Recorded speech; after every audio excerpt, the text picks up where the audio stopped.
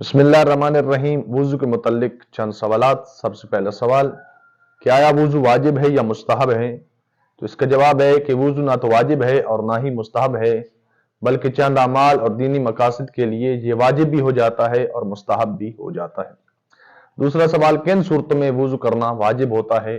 تو اس کا جواب ہے نماز جنازہ کے علاوہ باقی واجب نمازوں اور مستحب نمازوں کے لیے وضو کرنا واجب ہے، یعنی نماز جنازہ پڑھنی ہے تو بغیر وضو کے بھی آپ پڑھ سکتے ہیں۔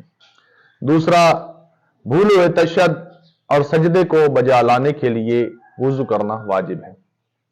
تیسری چیز، اس واجب طواف کے لیے جو حج یا عمرہ کا جز ہو اس کے لیے وضو کرنا ضروری ہے۔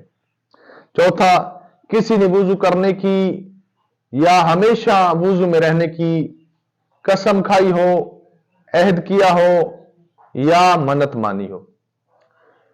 پانچویں چیز، اگر کوئی منت مانے کہ میں قرآن مجید کا بوسہ لوں گا تو بھی وضو کرنا واجب ہے۔